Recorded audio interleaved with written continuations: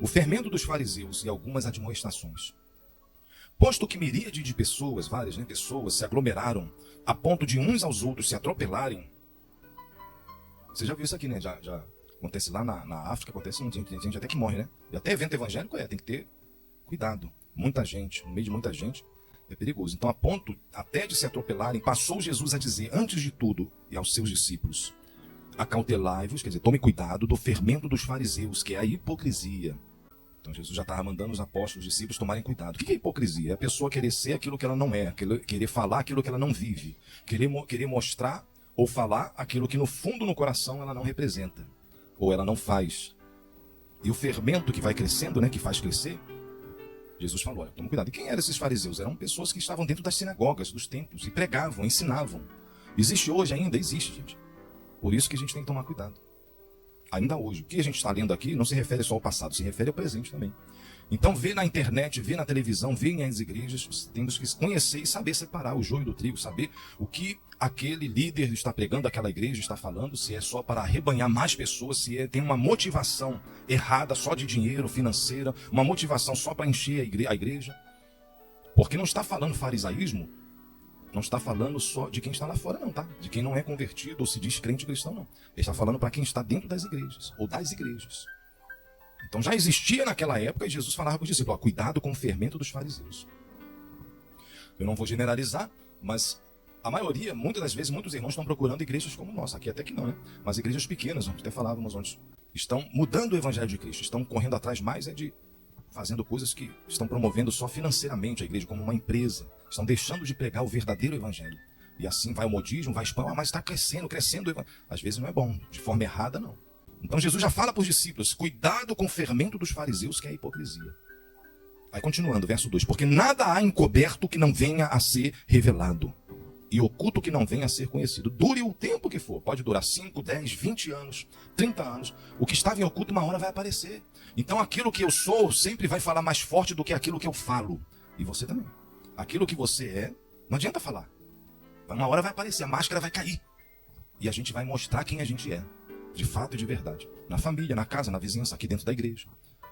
Então, a gente tem que largar qualquer tipo de aparência do mal, de hipocrisia, e sermos sinceros diante de Deus e uns com os outros. Não sermos falsos. Amém, gente? Porque nada há encoberto que não venha a ser revelado. Aí Jesus continua, verso 3. Porque tudo o que dissestes às escuras será ouvido em plena luz, e o que dissestes aos ouvidos no interior da casa será proclamado dos zelados. Digo-vos, pois, amigos meus, Jesus chamou todo mundo de amigo, né? Não temais os que matam o corpo, e depois disso nada mais podem fazer. Eu, porém, vos mostrarei a quem deveis temer. Temei aquele que, depois de matar, tem poder para lançar no inferno. Sim, digo-vos, a esse deveis temer. Não é para você e eu tentarmos, está lá o criminoso que ameaçando e você querer brigar a partir, não, vai morrer. Vai tentar a Deus, vai tomar um tiro. Mas está dizendo, tem pessoas que vivem com medo. E Jesus está dizendo, não fique com medo dos que podem só matar o corpo e depois não pode fazer mais nada. Mas tema e trema, e o temor agora no sentido de tremer, né? Não só do respeito, é aquele que depois de matar tem poder para lançar no inferno. Ou seja, Deus. Sim, digo-vos, a esse deveis temer. Aí no verso 6, não se vendem 5 pardais por 2 asses, entretanto nenhum deles está em esquecimento diante de Deus. Os pardais, Deus não esqueceu dos passarinhos. Até os cabelos da vossa cabeça estão todos contados. Não temais, bem mais valeis do que muitos pardais. Digo-vos ainda, todo aquele que me confessar diante dos homens, também o Filho do Homem o confessará diante dos anjos de Deus. Entregou um panfleto, evangelizou, convidou, falou, eu sou de Deus mesmo, sou de Jesus, eu congrego aqui na casa de oração, lá com o pastor Jaime. Não ter vergonha, confessar. Jesus está dizendo, está confessando a Jesus e aonde segue a ele. Ou seja, declarando que somos servos de Deus, servos de Jesus. Não, agora eu não sou mais como antes. Não, mas eu te conheço o seu passado. Mas é o passado, agora eu sou um homem de Deus, uma mulher de Deus, me batizei, entreguei minha vida a Cristo. E não ter vergonha de declarar isso. Tem pessoas que ainda têm, não tem? Ah, pastor, eu não sei como pregar, não sei como falar, não sei como orar direito, não tem problema, mas não fique com vergonha de confessar que Jesus é o dono da sua vida, que agora você aceitou a ele, e ainda que zombe e critique, não fique com vergonha. Satanás usa pessoas e agora é crente, está com a Bíblia debaixo do braço, Pai do Senhor, irmão, irmã, e fica zombando. Não. Porque aqueles que confessar, Jesus diz, aquele que me confessar diante dos homens, também o Filho do Homem o confessará diante dos anjos de Deus. Mas o que me negar diante dos homens, será negado diante dos anjos de Deus. Não negue a sua fé. Não negue a sua vida com Deus. Amém, pessoal? Verso 10. Todo aquele que proferir uma palavra contra o Filho do Homem, é o que mais a gente vê e ouve, né? Isso lhe será perdoado. Mas para o que blasfemar contra o Espírito Santo não haverá perdão. Então é a pessoa que viu que foi Deus que operou, que é Deus, e ela declara que não foi. Ela reconhece, ela não é a pessoa blasfemar contra o Espírito Santo, não é a pessoa, será que eu blasfemei, pastor, contra o Espírito Santo? Já tem aquela preocupação, aquele temor, então você não blasfemou. Entendeu? A blasfêmia é aquela pessoa que sabe o que está fazendo, tem consciência plena que foi Deus que agiu e ela diz, não foi Deus, isso aí não é Deus. É a pessoa que faz isso. Para essa pessoa não tem perdão. Entendeu? Porque ela está blasfemando contra o Espírito Santo. O Espírito Santo é que convence o homem do pecado, da justiça, do juízo. É que faz as obras, que cura os enfermos, expulsa os demônios. Mas não é nós, através do nome de Jesus, sim, mas o Espírito Santo confirma essa ordem que Jesus declarou. Em meu nome expelirão demônios, em meu nome curarão os enfermos. Em meu nome falarão novas línguas, não é isso? Então quando a pessoa começa a falar em outras línguas também. É através do Espírito Santo, mas é você que faz, somos nós que fazemos, somos nós que falamos, somos nós que... mas é o Espírito Santo. E quando a pessoa sabe que é o Espírito Santo e diz que não foi, e começa a declarar, igual os fariseus falaram, isso aí está expulsando os demônios pelo maioral dos demônios, pelo Beelzebul. Olha a blasfêmia, cuidado. Tem pessoas, tem crentes que fazem isso. Na verdade não são mais crentes, né? E aí você encontra na rua, no monte, não sei mais aonde, tem pessoas que já se perderam. Não tem mais perdão, porque estão blasfemando ou blasfemaram contra o Espírito Santo. Não foi contra Jesus, contra Deus. Não estão zombando, entendeu? Não estão desviados só. Eles blasfemaram mesmo, blasfemam mesmo. Essas pessoas já estão perdidas. É o que Jesus está falando. Não tem mais perdão para elas. Aí no verso 11. Quando vos levarem em sinagogas e perante os governadores e as autoridades, não vos preocupeis quanto ao modo por que respondereis, nem quanto às coisas que tiverdes de falar. Porque o Espírito Santo vos ensinará naquela mesma hora as coisas que deveis dizer. Então não devemos ter medo. Foi levado lá diante da justiça por algum motivo, e em especial por causa do Evangelho, ou pela causa do Evangelho, Jesus está falando para a gente não se preocupar. Porque o Espírito Santo vai nos mostrar o que a gente deve falar, responder, agir. Mas tem casos hoje que pastores, irmãos nossos, estão sendo perseguidos e estão sendo levados à justiça porque um irmão, uma irmã foi curada e agora está sendo divulgada a cura milagrosa. Estão sendo processados como a palavra contra curandeirismo, não é isso? Não, é curandeirismo. Está dizendo que eles é que curaram, aí estão sendo processados. Então, e Deus é que curou mesmo, entendeu? Agora, tem os exageros, tem os extremismos, que a pessoa já começa, não, se você comprar esse material aqui, fazer essa campanha, mas dá esse dinheiro para pegar isso aqui, você vai ser curado. Isso a gente não faz. Isso é errado, não concordamos, entendeu? Agora, o equilíbrio nos faz entender que Jesus cura sim. Hoje ainda Jesus cura. E tem pessoas que não vão precisar passar por operação. Agora, outras pessoas, Jesus vai curar através do médico, da medicina. Às vezes vai ter que passar pela operação. Entendeu? Então o equilíbrio, a sabedoria de Deus nos ensina isso. Quem está entendendo, diga glória a Deus. Verso 13, Jesus reprova a avareza. Nesse ponto, um homem estava no meio da multidão e lhe falou, mestre, ordena meu irmão que reparta comigo a herança. Então eles tinham alguma herança a receber e pediram, um dos irmãos pediu para Jesus falar com ele. Mas Jesus lhe respondeu, homem, quem me constituiu juiz ou partidor entre vós? Tende cuidado e guardai-vos de toda e qualquer avareza. Ou seja, avareza é a pessoa idolatrar o dinheiro, ter o coração, ser uma pessoa muito materialista. É isso, avareza, entendeu? Apegada às coisas materiais. O zelo que nós devemos ter não é pecado. Deus é que deu. Eu trabalhei, me esforcei e Deus abençoou. Então a pessoa tem que ter um zelo pelo cuidado das coisas. A gente fez a obra aqui de ampliação, pintou. Então tem o zelo, procurar cuidar, manter tudo direitinho, não é isso? Para não escangalhar, para não deteriorar. Isso é o zelo. Agora tem pessoas que têm um apego, entendeu? Coloca o coração naquilo ali. Isso é avareza. Isso aí é condenado. Jesus está falando. Guardai-vos de toda e qualquer avareza. Porque a vida de um homem não consiste na abundância dos bens que ele possui. Então a vida da pessoa não consiste nisso. Lembra de Tiago? Tiago tem no capítulo 5, no final, ele repreende rigormente, com rigor, os ricos. Mas no capítulo 1 ele fala, no capítulo 1, verso 9, eu vou ler. Anote aí, Tiago 1, verso 9. O irmão, porém, de condição humilde, glorie-se na sua dignidade. E o rico na sua insignificância, porque ele passará como a flor da erva. Porque o sol se levanta com seu ardente calor e a erva seca e a sua flor cai e desaparece a formosura do seu aspecto. Assim também se mostrará o rico. Ele está condenando aqui os que são ricos e não são ricos para com Deus. Entendeu? Que coloca o coração no dinheiro. Lá no capítulo 5 ele entra com mais pesado ainda contra aqueles ricos. Mas os ricos não são de Deus, pastor. Aqueles que se convertem, sim, né? E que agora a sua riqueza é para a glória de Deus. Então a vida de um homem não consiste na abundância dos bens que ele possui. Então, pastor, eu não sou rico, eu não tenho muitos bens, eu sou uma pessoa que até precisa de até ajuda do governo, da família. Glorie-se, mas seja uma pessoa digna, fiel a Deus em primeiro lugar e fiel às pessoas. Então nessa dignidade pode se gloriar. É o que a palavra de Deus diz. Tinha uma igreja que era pobre, não foi? Que Jesus mandou a carta. E ela era pobre, mas ela era rica espiritual. Foi o que Jesus falou para ela. No verso 16 ele continua dizendo, ele lhes proferiu ainda uma parábola dizendo, o campo de um homem rico produziu com abundância, e arrazoava consigo mesmo, pensava e falava consigo mesmo, dizendo, que farei, pois não tenho onde recolher os meus frutos? E disse, farei isso. Verso 18, destruirei os meus celeiros e vou reconstruí-los. Reconstruí-los-ei maiores, e aí recolherei todo o meu produto e todos os meus bens. Então direi à minha alma, tens em depósito muitos bens. Isso é muito comum dizer. Você tem dinheiro que você pode viver a vida toda e não tem mais como gastar. Tem pessoas assim, né? Que já tem essa condição, chegou nessa condição. Você tem mais do que você vai conseguir gastar. Foi esse rico aqui, nessa parábola. Eu estou dando só um exemplo. Reconstruí-los-ei maiores. Aí direi a minha alma, verso 19. Tens em depósito muitos bens para muitos anos. Descansa, come, bebe e regala-te.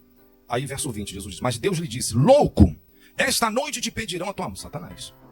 Esta noite te pedirão a tua alma. E o que tens preparado vai ser para quem? Vai acontecer o quê? Para quem será? Assim é o que, aí Jesus termina a palavra dizendo, assim é o que entesoura para si mesmo e não é rico para com Deus. A pessoa só quer, entendeu? Entesourar, só quer enriquecer, só quer mais e mais e mais, mas não é rico para com Deus. Eu já dei exemplos aqui que nós não temos, somos uma igreja simples, mais pobre, não é isso? Mas tem igrejas fiéis, que tem lá membros, irmãos e irmãs que são ricos. E poderiam comprar uma casa lá, vamos botar R$1 milhão, vamos falar dólares, porque estamos no Brasil, somos brasileiros, reais. Mas em vez disso, compra pela metade. Compra uma de 500 ou 600, até mais um pouco, 700, por exemplo. Confortável uma casa. Mas o restante, ele investe em missões. Investe em outras igrejas. Como temos aqui a nossa igreja, irmãos que enviam o dízimo, né, da sua família, da minha família, que ajuda. A pessoa está comprometida com o evangelho de Cristo, com o reino de Deus. Entendeu a diferença? Então é isso. Para que Deus vai me dar dinheiro, abençoar, se eu não consigo nem tirar o dízimo de R$100, gente? R$100 é R$10 o dízimo, primeiro de Deus. A pessoa não consegue ser fiel no pouco. Está entendendo? Para que Deus vai dar dinheiro para essa pessoa? Para que ela vai prosperar?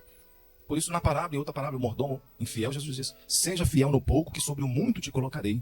Então, ser fiel no pouco para depois colocar sobre o muito. Entendeu? Então, nós temos que ser fiéis, temos que entender isso. E, nessa parábola, Jesus disse, ensina, para não sermos avarentos, apegados, materialistas. Tem pessoas que ainda são assim mesmo dentro da igreja? Tem. E por isso, não podemos seguir o caminho dos fariseus, da hipocrisia. Quem entende até aqui, diga glória a Deus. Verso 22. A seguir dirigiu-se Jesus a seus discípulos, dizendo, por isso, olha. Aí viu que é um contexto geral? Aí ele continua o assunto. Vamos continuar o assunto aqui. Aí Jesus diz, por isso eu vos digo. Não, e advirto, né? Não andeis ansiosos pela vossa vida, quanto ao que haveis de comer, nem pelo vosso corpo, quanto ao que haveis de vestir. Porque a vida é mais do que o alimento. E o corpo mais do que as vestes. Às vezes falta o alimento, está com fome. Eu queria comer essa comida e não tenho condições de comprar esse mês ou essa semana. Mas a vida é mais importante. Eu queria essa roupa, mas não tenho condições agora de comprar essa roupa. Esse sapato, esse tênis, esse chinelo. Mas o corpo é mais importante do que as vestes. É isso que Jesus está falando. Observai os corvos. Os corvos, em outras... no Evangelho, esse mesmo texto tem em Mateus, né? Marcos. Aí fala dos pássaros, né? Observai as aves, os quais não semeiam nem plantam. A gente sabe que a gente só vai colher o que está plantando. Pastor, eu estou colhendo uma coisa que eu não gostei, mas a gente sabe que é o que a gente planta, né? É o que a gente plantou e o que a gente planta. Mas foi meu parente no passado, mas a maldição já foi quebrada. Lembra lá em Ezequiel? Deus fala, né? Os filhos comeram uva verde, os pais comeram uva verde e os filhos é que ficaram com os dentes embotados. Não. Essa maldição não acaba. A alma que pecar, essa morrerá. Então, nós colhemos o que plantamos. Podemos escolher a semente, mas a colheita não. Plantou banana, não tem jeito, vai vir banana. Mas e os corvos aqui? Os corvos, os pássaros, as aves? Elas não plantam, mas sempre tem um alimento. Deus dá, não tem dispensa nem celeiros, não guardam nada. Todavia, Deus os sustenta. Deus vai prover. A gente começou o culto cantando, né? Está preocupado, como é que eu vou fazer para pagar essa conta? Como é que eu vou fazer com a minha saúde? Como é que eu vou fazer? Deus, Jeová Jireh, vai prover. Diga, eu creio. Quanto mais valeis vós do que as aves, nós valemos mais do que... Nós não fomos criados como as aves, nós fomos criados à imagem e semelhança de Deus. Temos mais valor do que as aves. Aí Jesus diz, qual de vós, por ansioso que esteja, preocupado, inquieto, estressada que esteja, pode acrescentar um covo ao curso da sua vida? Ou seja, acrescentar anos de vida, quando chegar a hora não tem jeito, ou a estatura, aumentar o tamanho da nossa estatura. Não tem como. Tem coisas que fogem ao nosso alcance, tem coisas que não tem. Não tem como voltar no passado para resolver alguma coisa que ficou no passado, ou palavras que falaram ou que ouviu. Já foi, já aconteceu. A família da onde você veio, eu vim, não tem como voltar no passado. Seja família rica, pobre, humilde, não importa. Então não adianta ficar ansioso, inquieto por mais nada. Já aconteceu, acabou. Entendeu? Alguém familiar que já partiu, ou está na glória, ou outros não aceitaram, rejeitaram mesmo, não estão na glória. Já foi. Então não adianta ficarmos ansiosos quanto nada desse mundo mais. Temos que confiar em Deus, sabendo que, enquanto a vida é esperança, né? Chegou a morte, acaba tudo. Aí o verso 26, Jesus disse, continuando, se portanto nada podeis fazer, quanto às coisas mínimas, por que fica preocupado com as outras que a gente não pode fazer? E maiores. Observai os lírios, eles não fiam nem tecem, contudo vos afirmo que nem Salomão em toda a sua glória se vestiu como qualquer deles. Ora, se Deus veste assim a erva que hoje está no campo e amanhã é lançada no fogo e no forno, quanto mais tratando-se de vós, homens de pequena fé. Não andeis, pois, a indagar o que haveis de comer ou beber, e não vos entregueis a inquietações, porque os gentios, os que não seguem e servem a Deus de todo mundo, é que procuram essas coisas. Mas vosso Pai sabe que necessitais delas. Buscai antes de tudo, então, o seu reino, o reino de Deus. E essas coisas vos serão acrescentadas. O que é o reino de Deus, pastor, que Jesus está falando, que a gente tem que buscar? O reino de Deus não é o reino desse mundo, gente. O reino de Deus não é o reino da direita ou da esquerda, do político, da política, entendeu? Dos afazeres desse mundo. O reino de Deus são as coisas espirituais. É o que vai se manifestar na terra, o reino milenar de Jesus Cristo. Então Jesus vai vir buscar a sua igreja, vai arrebatar a sua igreja, vai vir a operação do anticristo, Jesus vai voltar, aí é a segunda vinda de Cristo, derrotar o anticristo e estabelecer o reino durante 1000 anos. Um reino de paz, de alegria, e ainda vai haver gente que não vai aceitá-lo, vai rejeitar. Depois de tudo isso, Satanás vai ser solto, porque ele vai estar amarrado durante 1000 anos, e ainda vai iludir alguns, e aí depois é que vem o juízo, aí derrotado de vez, e o juízo do trono branco, o juízo final, perdão. É o juízo do trono branco. O tribunal de Cristo é o juízo do arrebatamento, para galardões. O juízo final é outro juízo, aí é o juízo para os ímpios. Entendeu? Aí é onde vem o estado eterno. Então essa cronologia está lá em Apocalipse, que nós vamos voltar. Nós paramos, eu acho que foi no capítulo 6, né? Se não me falha a memória. Vamos colocar no canal da igreja e vamos ministrar aqui aos domingos, tá? Vamos voltar ao nosso estudo. Então, veja, o reino de Deus é isso. Então é você separar o seu tempo para estar na igreja, não estar na igreja durante a semana, mas você separa o seu devocional, sua hora lá para você orar, para você ler a Bíblia. Isso é buscar o reino de Deus, não é só viver o dia a dia, não. Tem que viver, tem que trabalhar, tem que pagar a conta, tem que fazer, mas o reino de Deus é a gente separar o nosso tempo para Deus também. Tem pessoas que não separam o melhor para Deus, é só o pior da saúde, o pior da família, o pior do tempo, o pior do dinheiro. Tem que ser o melhor para Deus, o melhor do tempo é para Deus, o melhor da saúde é para Deus, o melhor do dinheiro é para Deus, o melhor da família é para Deus, a minha família é para a glória de Deus. Isso é o reino de Deus. Quem entendeu o que é? O reino de Deus, às vezes a pessoa fala, buscai, pois, em primeiro lugar o reino de Deus. Tá aqui, não tá? Aqui, você para orar aqui, ó, para ver. Buscai, pois, o primeiro o reino de Deus. Mateus também 6,33, a gente está vendo em Lucas. Reino de Deus é isso, ou seja, o contrário do reino desse mundo. E tem pessoas, às vezes, até indo para a igreja, ou para as igrejas, ou dentro da igreja, ao contrário, ela está buscando o reino do mundo. Ela quer mais prosperidade, quer a casa mais, quer uma casa melhor, maior, mais bens materiais. É pecado, pastor? Não, mas ela está só buscando isso. Veja que nós lemos antes, a vida do homem não consiste na abundância dos bens que ele tem. E às vezes a pessoa só está buscando as coisas materiais. O reino de Deus é justamente o contrário. Imagina, dentro da igreja e buscando o reino desse mundo só.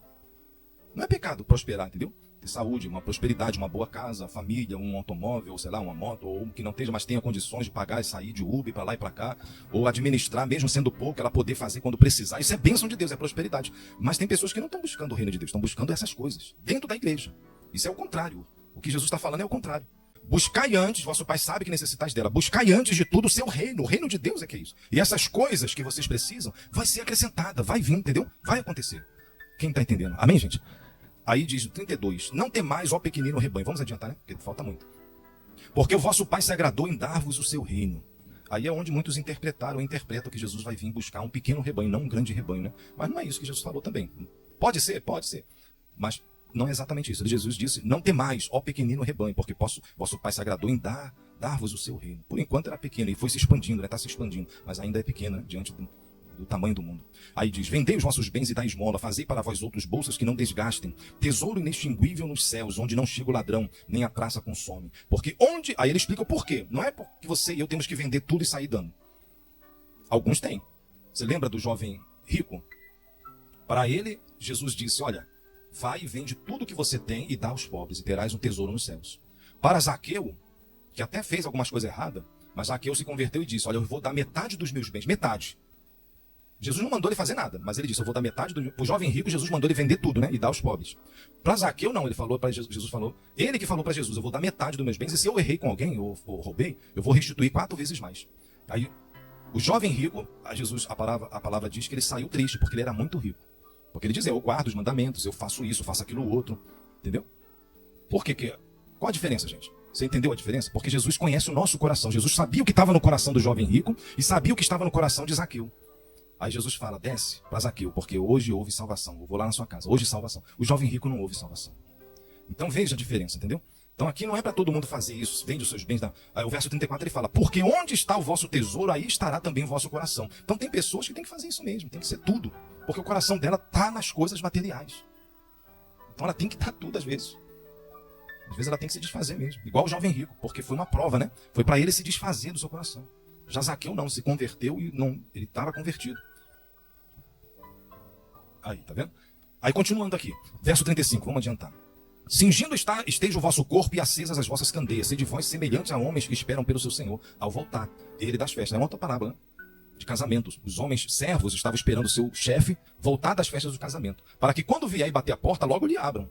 Bem-aventurado aqueles servos a quem o Senhor, quando vier, os encontre vigilantes. Em verdade vos afirmo que ele há de cingir-se, dar-lhes lugar à mesa e aproximando-os os servirá. O próprio Senhor vai se agradar e vai fazer isso. Ainda vai servir os próprios servos, é isso mesmo. Que ele venha na segunda vigília, quer na terceira, bem-aventurados serão eles se assim os achar. Então Jesus está demorando a voltar. E vê lá escrito, Jesus Cristo voltará, vai trabalhar, vê lá nas viadutos, vê nas paredes. É isso mesmo, buscar o reino, a gente está preparando. Não importa se vai demorar mais, se vai ser agora, daqui a 3 anos, se vai ser a 10, 20 anos de novo. Ainda que eu creio que não seja. Está vigilante. Estamos aqui, orando na igreja, aprendendo, renovando a fé, renovando a comunhão, renovando o temor. Tem pessoas que estão perdendo o temor, não tem mais temor. Não tem respeito na igreja, pastor, o irmão, a irmã, as pessoas vão, entendeu? É o que Jesus falou, nos finais do tempo o amor de muitos vai esfriando. Não é como era antes.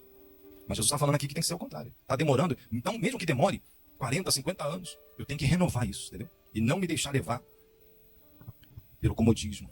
Quer ele venha logo ou não. Sabei, porém, isto, verso 39. Se o pai de família soubesse a que hora havia de vir o ladrão, vigiaria e não deixaria arrombar sua casa. Ficai também vós apercebidos, porque a hora em que não cuidais, o filho do homem vai virá.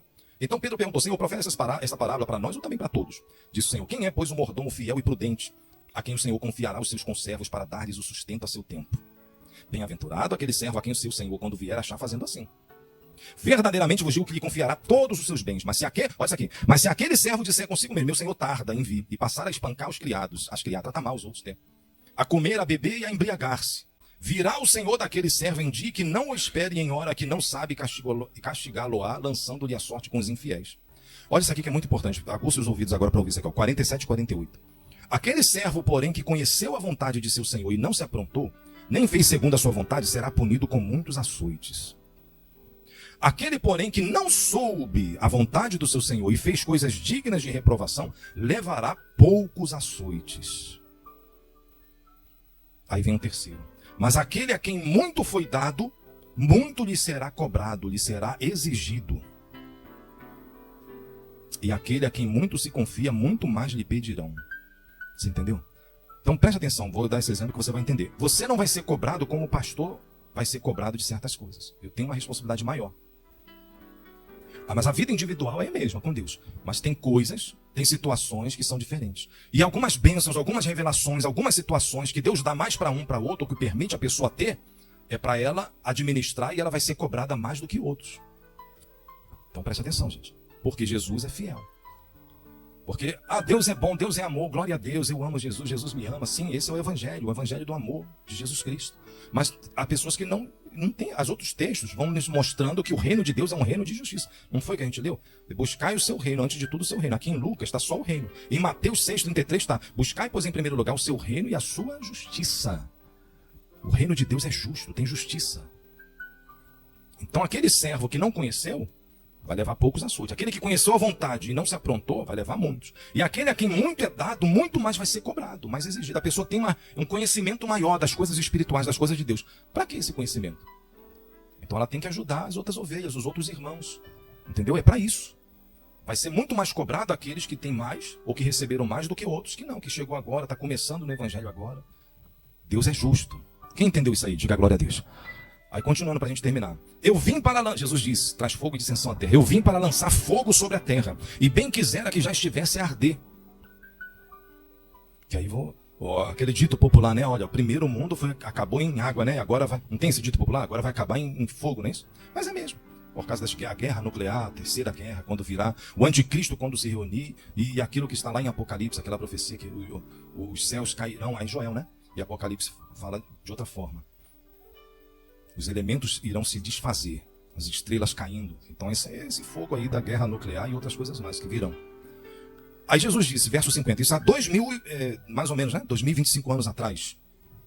que é a era cristã, o nosso calendário gregoriano, né? Ele vem da era cristã, da era de Cristo. Depois de Cristo, descer, não é isso? Verso 50.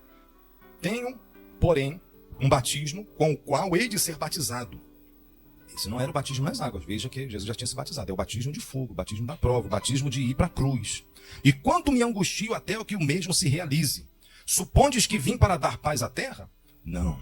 Eu vou lá firmo antes divisão. Estou no verso 52, já indo para o final do capítulo 12. Porque daqui em diante estarão 5 divididos numa casa, 3 contra 2 e 2 contra 3. Estarão divididos pai contra filho, filho contra pai, mãe contra filha, filha contra mãe, sogra contra nora e nora contra sogra. O que é isso, pastor? Que Jesus quis dizer? É na conversão. Na conversão, quando alguém da família se converte e outros ainda não se converteram, começa a haver guerra, começa a haver divisão.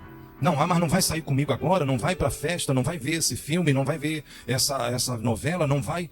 não, eu vou para a igreja, eu vou para o culto, eu vou evangelizar, não, eu vou orar, não, agora eu vou ler a Bíblia, agora eu vou... Então começa a haver guerra, começa a haver uma divisão, entendeu? É isso que Jesus quis dizer. Se a pessoa persevera, a pessoa vai até o fim, haverá uma união familiar. Porque Jesus não veio trazer a dissensão familiar. O que ele quis dizer aqui é isso. Essa dissensão, que vai acontecer ainda, em muitas famílias estão acontecendo e vai acontecer, e depois do arrebatamento da igreja, mais ainda vai. Porque aí lá em Mateus ele fala, né, que os filhos vão entregar os pais os filhos, um ao outro. Vai entregar como? Porque vão estar fugindo da grande tribulação.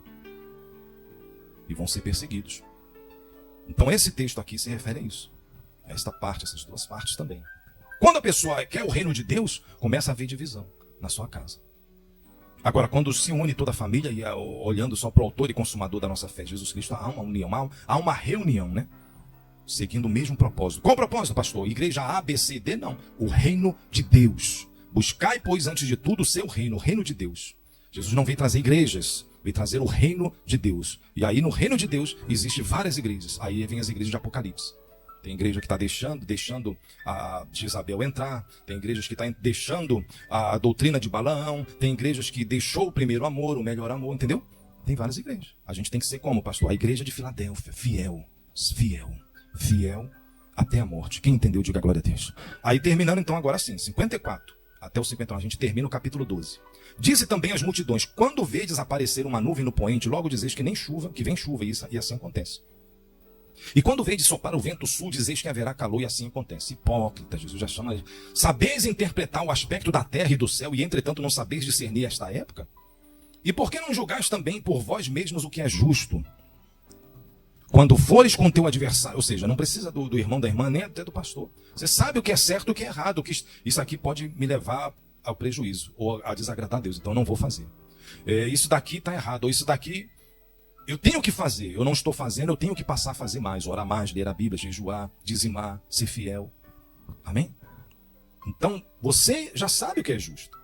Porque os tempos da terra conhece. É isso que Jesus está falando para nós. A gente sabe quando vai chover, quando está para chover. Como é que a gente não consegue discernir outras coisas espirituais e o tempo? O que é justo, o que vai agradar a Deus e o que tem desagradado a Deus. Não temos que dizer, eu não sabia, eu não sei. Não. O Espírito Santo toca na sua consciência, na minha consciência, na nossa consciência. E aí ele termina aqui, terminamos o capítulo 12, no verso 58 e 59. Quando fores com teu adversário ao magistrado, lá diante do juiz, esforça-te para te livrares desse adversário no caminho. Para que não suceda que ele te arraste ao juiz, o juiz te entregue ao meirim e o meirim te recolhe à prisão, porque está devendo, né? Digo-te que não sairás dali enquanto não pagares o último centavo. Deus é bom, Jesus é bom. Hoje está como nosso advogado, mas ele vai voltar como juiz, gente. Isso aqui se refere ao juiz. Então sabe que está devendo, procura antes de ir para o julgamento, resolver logo. Entendeu? Resolve o que está errado, corrija, conserta. Não deixa chegar no juízo não, porque quando chegar no juízo, vai ser para condenação.